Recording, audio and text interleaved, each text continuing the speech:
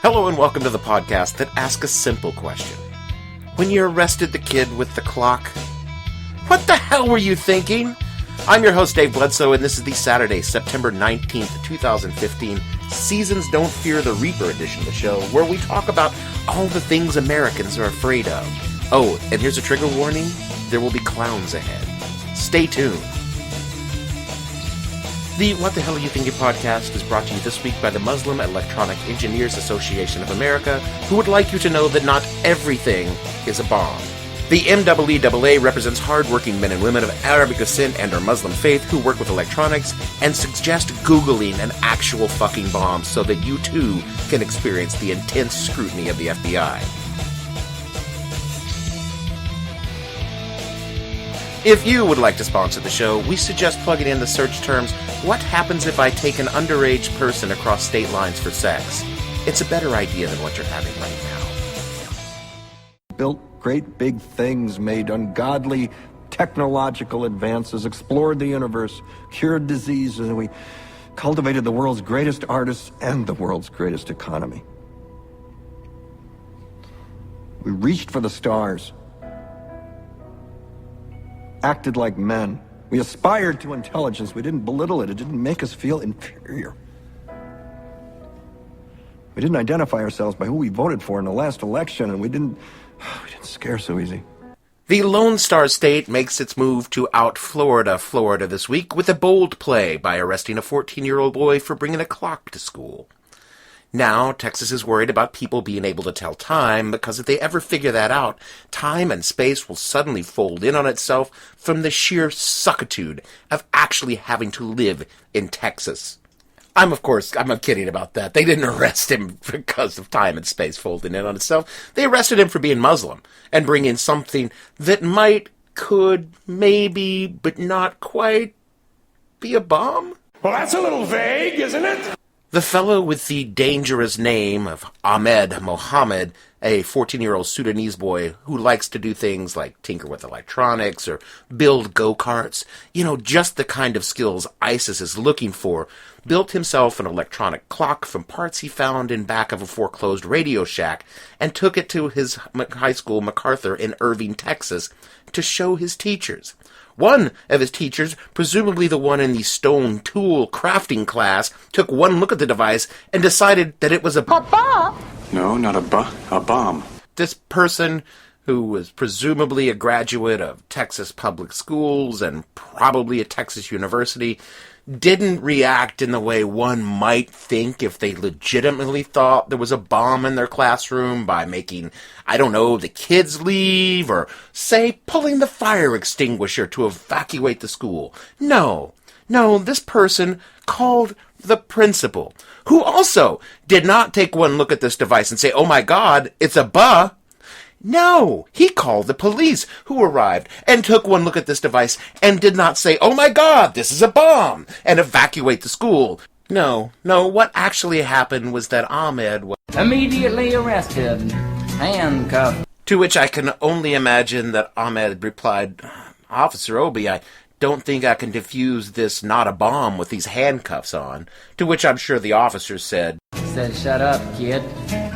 Get in the back of the patrol car," and that's what we did. Sat in the back of the patrol car and drove to the, quote, "scene of the crime," unquote.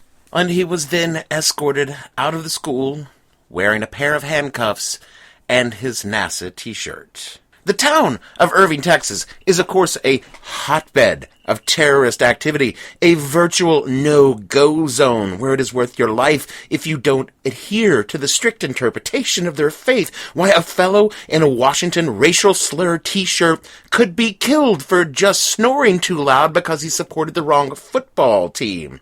So I guess it's a natural assumption that is clearly a few wires connected to a battery and a numeric display inside a small, thin metal case with no room even for a tiny amount of explosives could almost, maybe, probably, might, certainly appear as perhaps an improvised explosive device if you are a complete fucking idiot.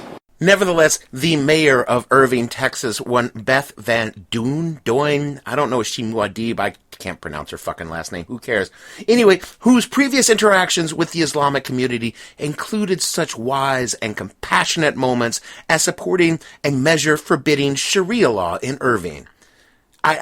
Can we just support any law preventing things that cannot or will not happen? Because I'm deeply concerned that Mordor's black speech will be taught to my 12-year-old niece in public school. Can I get some sort of ordinance to make sure this doesn't happen? But the mayor has expressed her sympathy for what she called an overreaction. No, Madam Mayor, an overreaction is when your significant other dumps a cup of ice water on your crotch because they caught you masturbating to My Little Pony. This is a fucking travesty. And of course, everyone claims that Ahmed, being a Muslim, had nothing to do with him being dragged out in handcuffs. They would do the same thing for any child in the same situation. That is one big pile of shit. Ahmed got locked up because he's a Muslim. Little white kids can walk into Toys R Us in fucking Irving carrying an actual AR-15 with live ammo and a 203 grenade launcher and a grenade in the chamber, and Texans would line up to take selfies with them. A brown kid with a scary-sounding name does something so innocuous, and say this with pride, Ahmed, because you're going to get paid because of this someday. Only a real nerd would ever be interested in doing. Shit, little white boys in Texas build actual fucking bombs for fun, packing enough fireworks, gunpowder, and frogs' asses to launch them into lunar orbit, and they're not dangerous little sociopaths in training. They're real American kids being real. Trademark. So let's dispense with the bullshit, Texas. You're afraid of a fucking 14-year-old brown kid. I guess we shouldn't be surprised. This is, after all, the same state that thought that the government had a plan to overthrow itself using its own troops and some shut-down Walmarts. This is a state that gave us George W. Bush, Raphael Ted Cruz. This is a state where high school football, I would like to repeat that, high school football is important to people not currently in high school. So we're not talking about the coldest beers in the six-pack here. Texas exists primarily to give Republicans a state they can feel good about. And if you've ever been to most of the other red states, you'll know exactly what I mean. Critics of the incident in Texas say it's just pure Islamophobia. And they're correct, but not 100% correct. It's about 35% racism. The remaining 65% is just plain old-fashioned, pants-wetting, chicken shit fear. And Texans are not alone in being just like Bill. I'll be going to Chicago, Dan. Bill's a fraidy cat. He won't fly. Fucking fraidy cat, Bill. Fraidy cat. Here's a tip for you aspiring podcasters. If you really just want to use a drop and you've conceived an entire show around it, it doesn't really matter if it makes sense in context. Just wedge that motherfucker there anyplace. Now back to your regularly scheduled podcast. Americans in general are just a bunch of fucking pussies. Here we are, the richest, most powerful nation on the planet.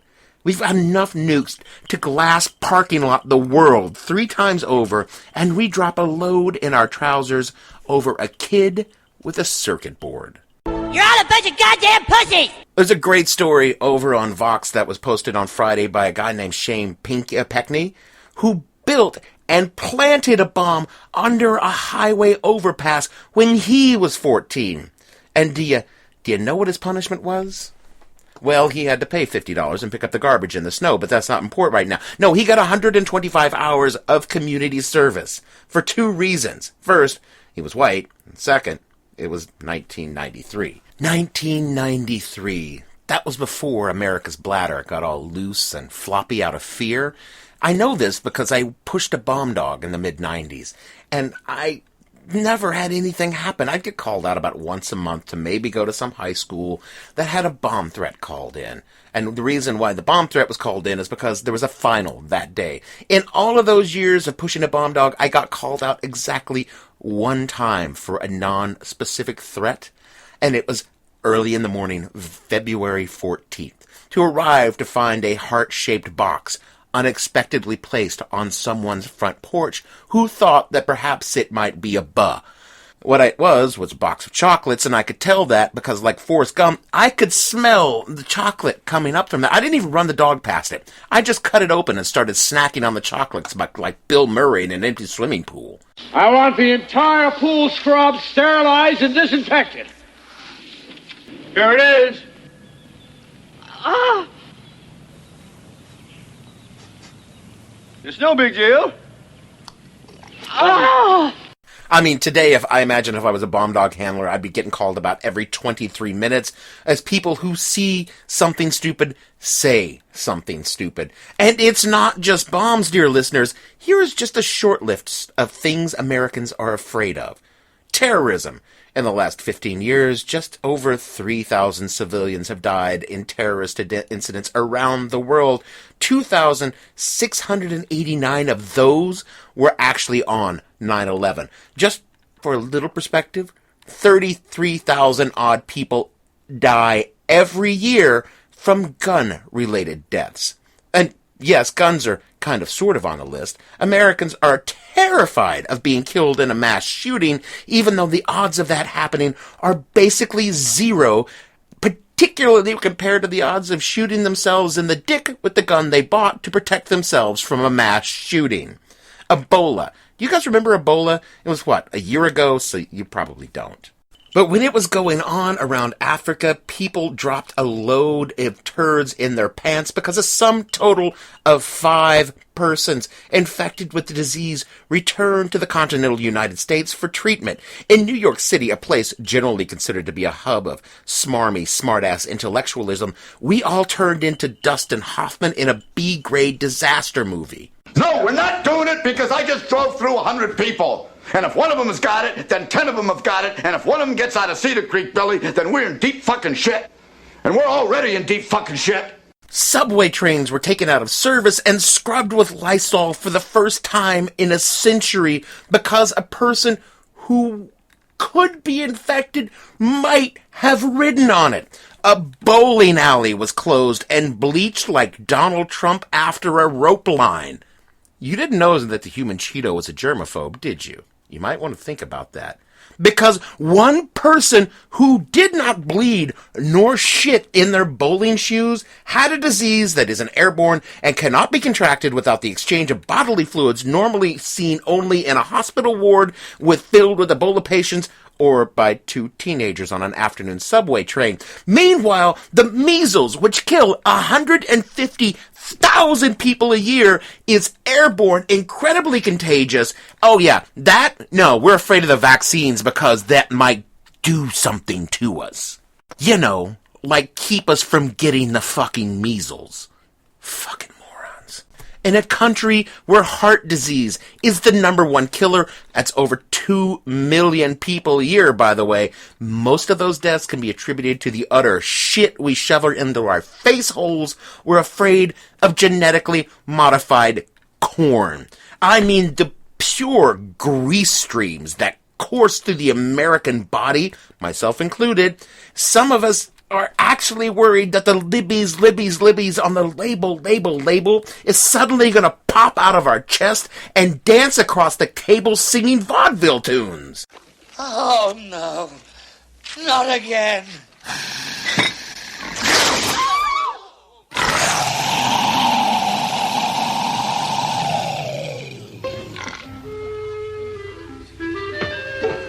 Hello, my baby. Hello, my honey.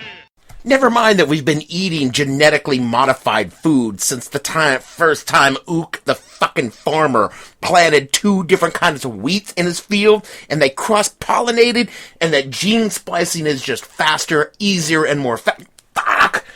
Oh, we're afraid of the government spying on us, but we willingly give our information to corporations in exchange for likes on a wall that doesn't even exist. Every man with a camera bigger than an iPhone is a pedophile, looking to snap photos of your precious little Aiden or Harper. But hey, your Uncle Ted probably isn't molesting anyone else at his age, is he? I mean, God, he's only got that Viagra prescription and no wife.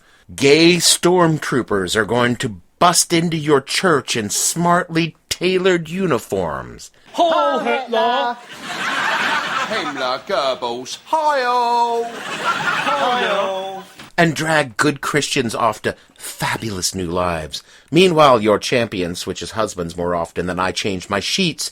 A massive super volcano in Jellystone is going to blow up and kill Yogi Boo Boo the Ranger and you. But this global warming thing, that's a hoax. Obama is a secret Muslim, socialist, fascist, Illuminati, 10th level magic user, while the Republicans shovel money on the 1% like coal stokers on the SS Dover Hill, trying to make a run for Queen's Channel before German sub gets in torpedo range. Okay, even I admit, that was a bit too obscure. I mean, Dennis Miller is basically on the phone right now demanding I stop stealing his shit from the mid-90s. We live in a state of perpetual low-grade fear that sporadically flares up like a herpes sore over irrational, stupid issues while we blithely ignore the real problems facing us. Fear is a symptom of ignorance, and Americans just live in a state of perpetual, self-centered ignorance. We navel-gaze harder than a college sophomore in his fourth bowl listening to Dark Side of the Moon. Wow, I really need to update my pop culture references. This is just getting embarrassing. Our ignorance is directly connected to our ego, and our ego feeds our ignorance. We fear what we do not understand, and we don't understand anything anymore. Science and education is tarred as elitist, as against the common wisdom. Meanwhile, the common wisdom is reading their horoscope and giving money to a street psychic to lift a gypsy curse, keeping our dicks limp and our bank accounts empty. We've become a flounder from Animal House. Fat, drunk, and stupid is no way to go through life, son.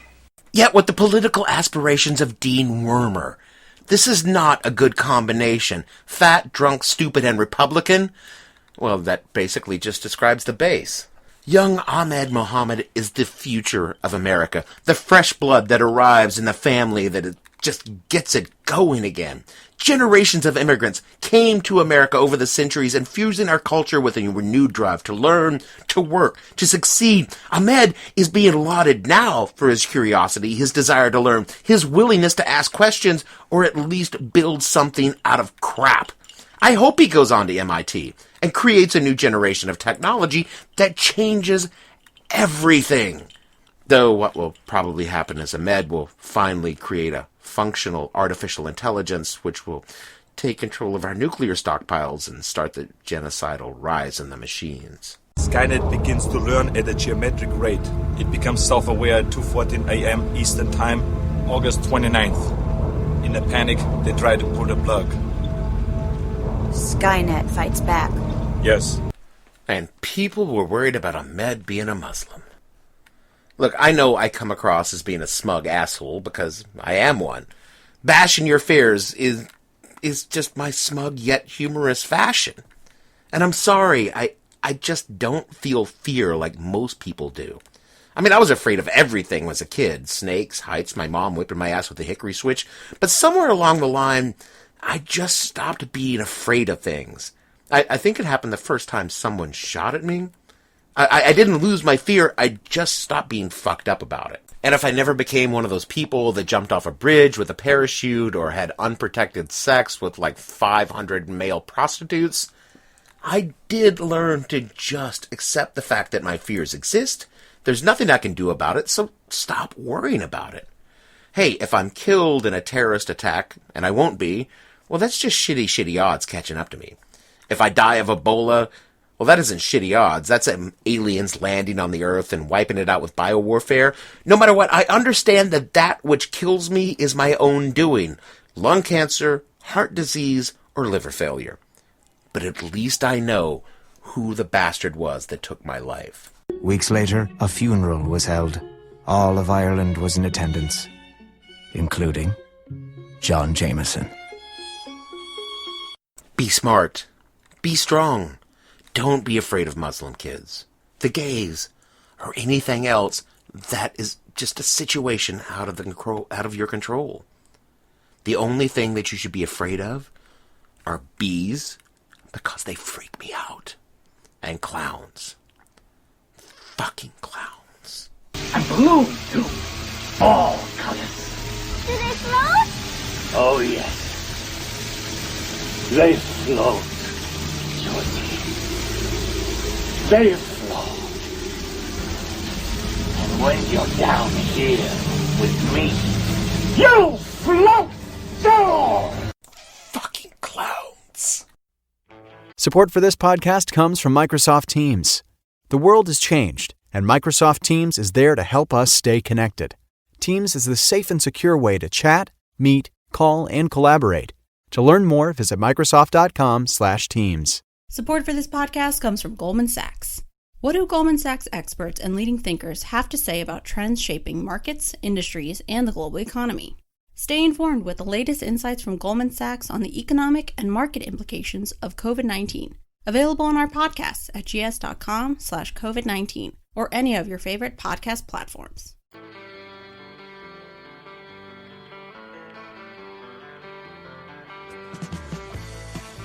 That is it for the show this week. We thank the band Hypnostate, as always, for their show music during the show's opening credits, and we thank you, dear listener, for your listening. Did you know that you could find us on iTunes and Stitcher? Of course you did. You know that already. You're listening to the show. But you can also find us and tell your friends wherever great podcasts are sold. We are on Twitter at @thehell_podcast, and of course on Facebook at What the Hell Podcast.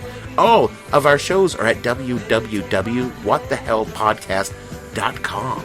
This is episode 25 now, so we've got kind of a little back catalog going. But those early shows are just shit. You shouldn't listen to them. Hey, you live, you learn, you reference an Alanis Morissette song.